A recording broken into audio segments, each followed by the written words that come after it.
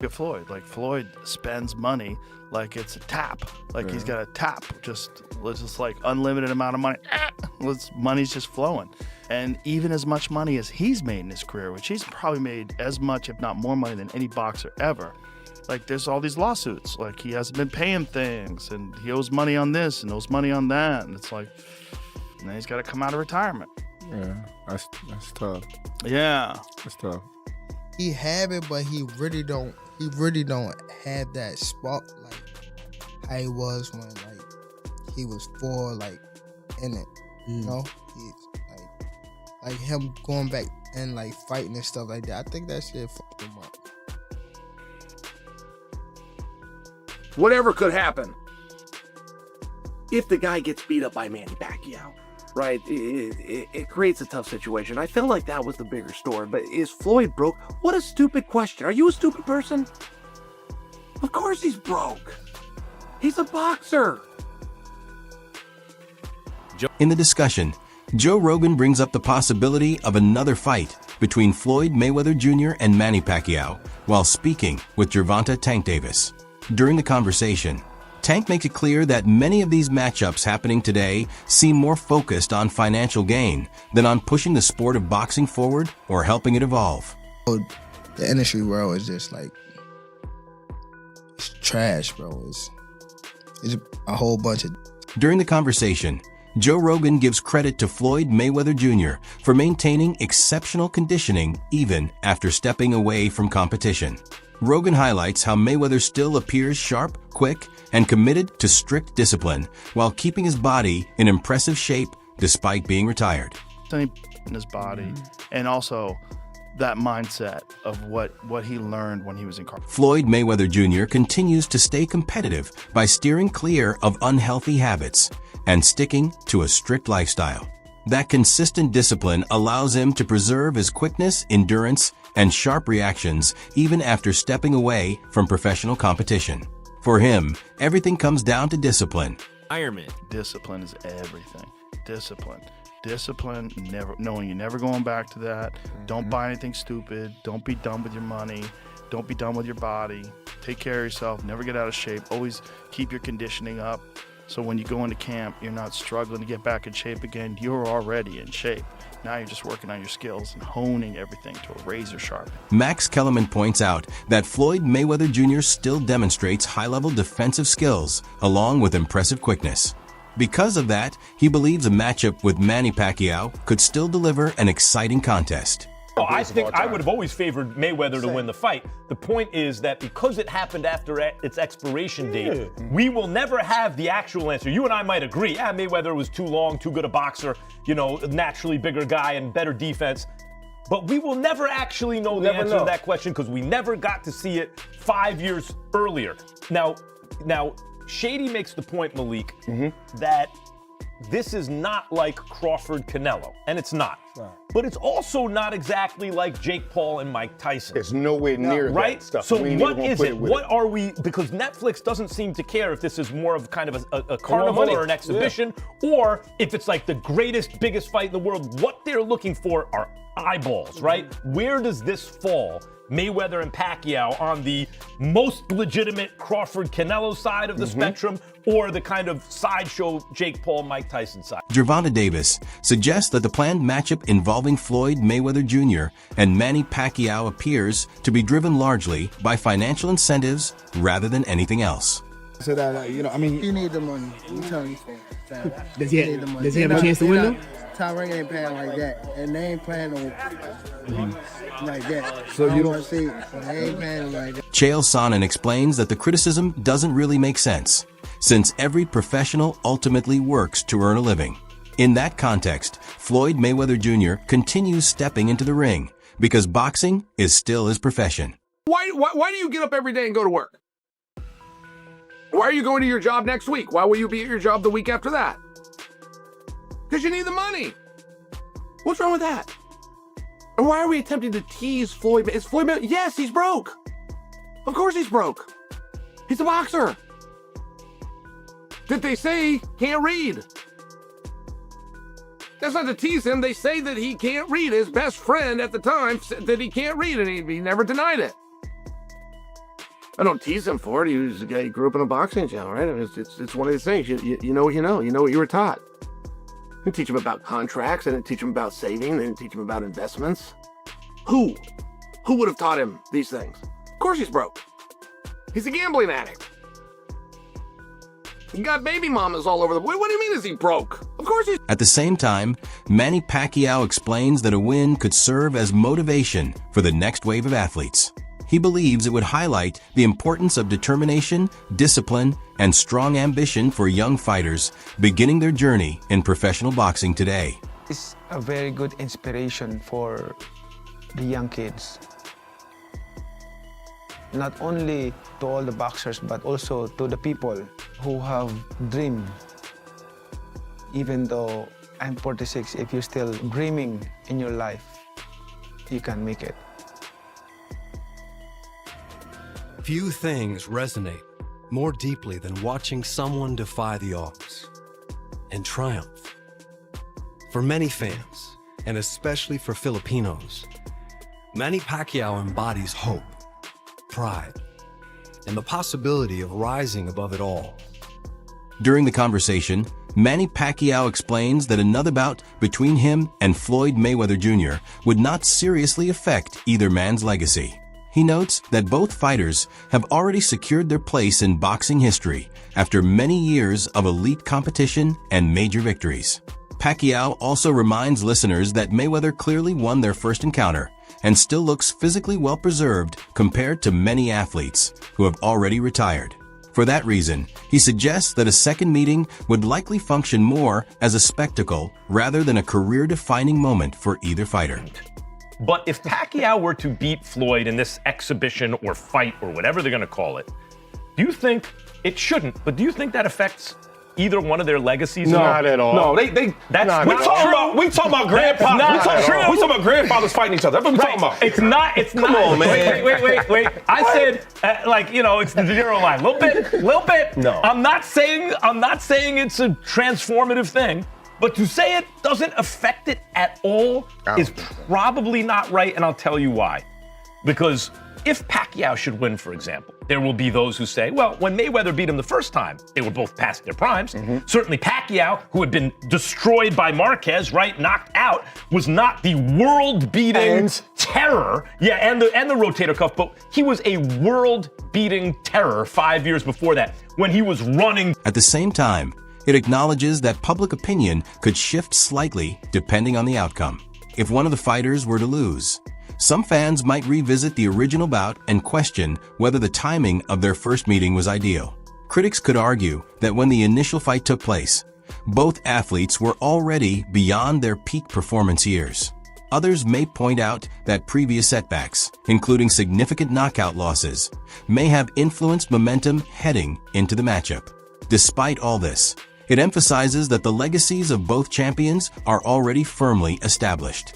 Their accomplishments across multiple weight divisions cannot be undone by a late-career, exhibition-style fight. Even if the result surprises observers, their iconic status within boxing will remain untouched. So Cotto and Hatton and beating them worse than Floyd was beating them, right?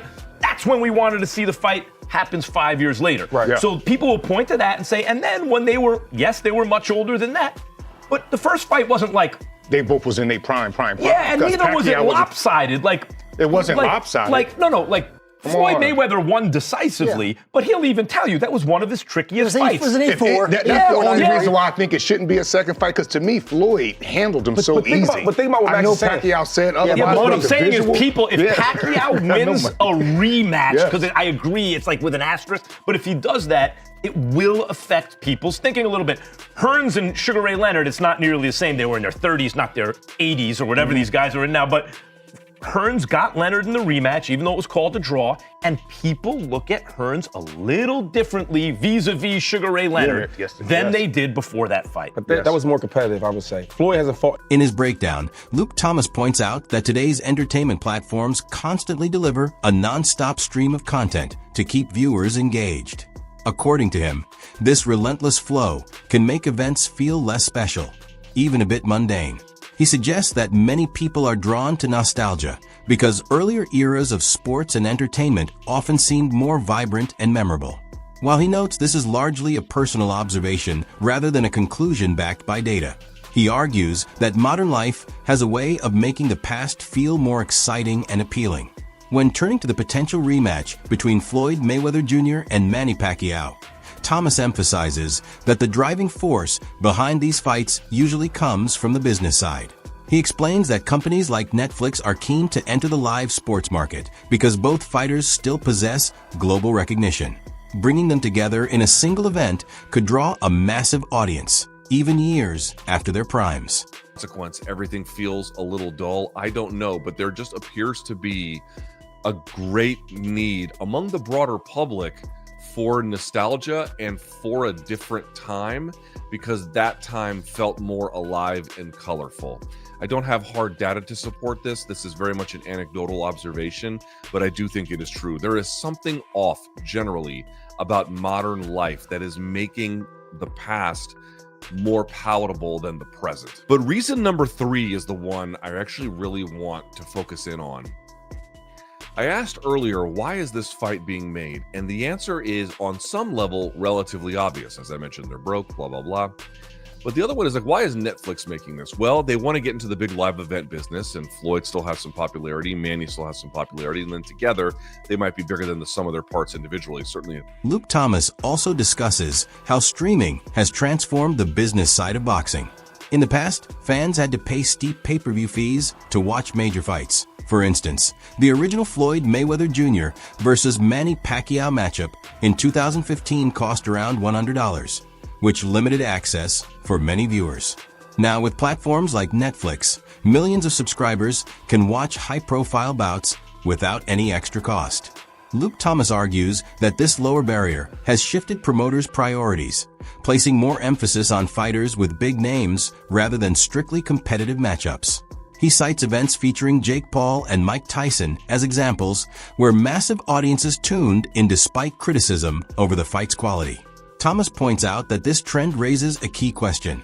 Are streaming platforms helping boxing grow, or are they simply creating spectacles that grab attention without delivering the high-level competition that fans expect? If this fight were on pay-per-view, I don't know if it would get made. I mean, in the end, it might actually get made, because these guys need money. There might be enough people who buy it to kind of make it work, or to, at a bare minimum, get an investor to put the money up. They lose their money, but some effort at making it is possible. But that would be a much harder slog. This fight doesn't have that problem. You don't have to pay for pay-per-view. Yes, you have to have a Netflix subscription, but a lot of people do.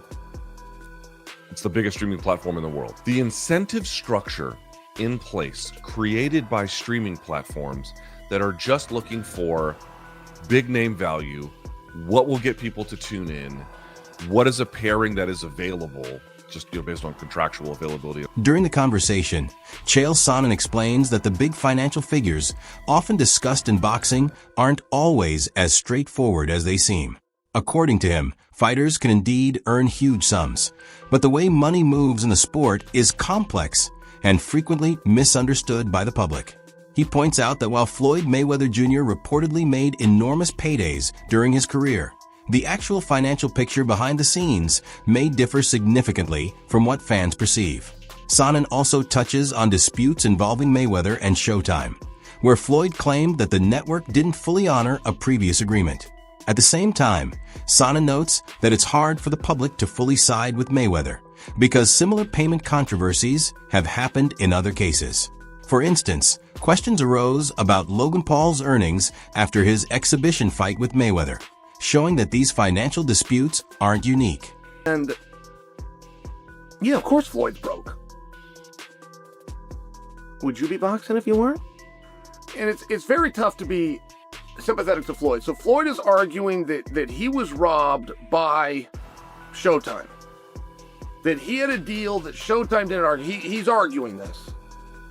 And who's making that argument and where that goes? I'm just sharing, like, in public opinion, it's very hard to be sympathetic towards Floyd when Floyd, as a promoter, stiffed Logan Paul. Like, to argue this guy in boxing cheated me and I trusted him, when it's being argued that you, who were the trusted one, cheated another guy, it's very tough. And by the way, there's also headlines out there. Floyd Mayweather owes Logan Paul $1.3 million. No, he doesn't.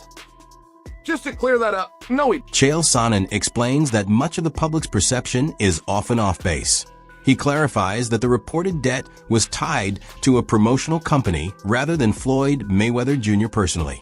In boxing, promotions operate as independent business entities, meaning financial responsibilities usually fall on the company, not the fighter. Because of this setup, Sonnen emphasizes that boxing's financial structure can be confusing, even for seasoned insiders. He also points out that announcing multiple fights can complicate business arrangements. For example, if a promoter schedules an event, like one featuring Mike Tyson, revealing another fight too soon can interfere with the original plan. When Floyd Mayweather Jr. later announced a bout with Manny Pacquiao, it created additional challenges for other potential matchups. Ultimately, Sonnen highlights how unpredictable and intricate the boxing industry can be. Overlapping contracts, promotions, and scheduling decisions make it difficult for fans to fully grasp what's really happening behind high-profile fights involving stars like Mayweather, Pacquiao, and Tyson. Promotion owes Logan $1.3 million. And no, of course he's not going to get it. That promotion's already shut down. Allegedly, by the way, yes. But I'm just sharing with you, like, no, it's not the same thing. It's an entity. Floyd didn't know what was going on. And Logan's a very smart guy. It's not like he ever would have trusted Floyd to know what's going on, but he trusted Floyd's people, and you do take a level of risk, and, you know, you think you're dealing with an honorable guy. It's one of these things, and Floyd didn't know where the money was. I don't like suggest for you that Floyd grabbed the money and ran off and kept it from Logan. Floyd didn't know where the money was. There's very few people that understand the economics of boxing, by the way. It's a very complicated thing. Would you like to explain it to me? You're a big boxing aficionado. Would you like to explain to me the economics of boxing? It's a very confusing thing. Which is one of the reasons that it's very easy for somebody to be skimming. It's a very easy thing to... Wade Plemons points out that Floyd Mayweather Jr. faces significant stakes by stepping into a potential rematch. Plemons explains that Mayweather's legacy was built over years of disciplined performances, culminating in an undefeated record that has become central to his identity in boxing history. By agreeing to another major fight, that spotless reputation now comes with tangible risk. A single unexpected moment in the ring could reshape how fans and historians view his record. While the financial incentives and spotlight may be enticing, Plemons notes that returning to competition also carries serious consequences. In his analysis, Plemons emphasizes that Mayweather's comeback demonstrates confidence, but it also places the responsibility on him to safeguard the legacy that made him one of the most successful champions the sport has ever seen. 7 years later, when both men are about to hit 50, here we are. Okay, that's the hype of this. That's the interest of it, right?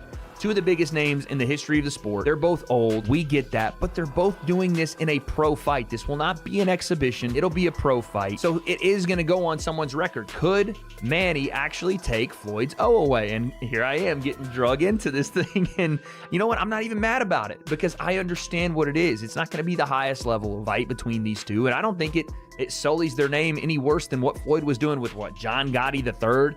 No offense to top 3 black person of all time, but Deji, some other fights that no one really watched or cared about. Floyd did that to himself, but he still has the drawing power across from his greatest rival in Manny Pacquiao to make this an interesting fight. And again, An analyst notes that for Floyd Mayweather, boxing is more than a sport. It's his livelihood. No matter his age or previous accomplishments, the reality remains. Work is work, and bills still need to be paid.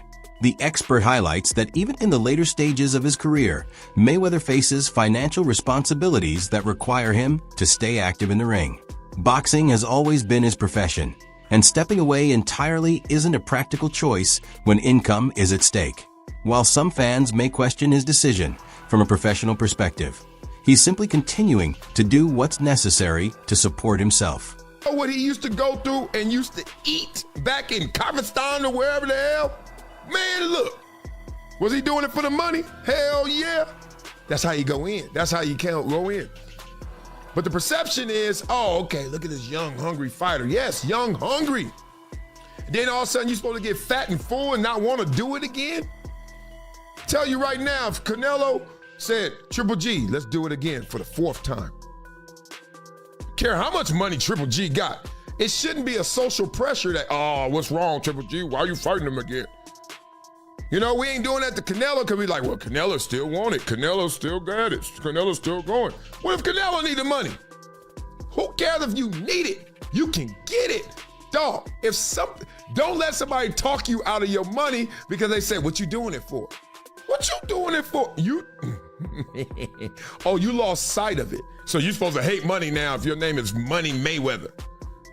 I understand y'all like, well, that ain't why he doing it. You don't know that. It sounds good, you'll win the barbershop. Trust me, everybody gonna be clapping and laughing at you when you're there. But you don't really in your gut, gun to your head know that. You just saying that's the narrative. How about this? What if his accountant called him and say, Floyd, we only got 100 left. Only 100 million? Yeah. But guess what? Jake Paul just made that in one night. Got his jaw dislocated, but hey, what's up? I got a call from my boy, he, CEO of Netflix. He said, is Floyd still training?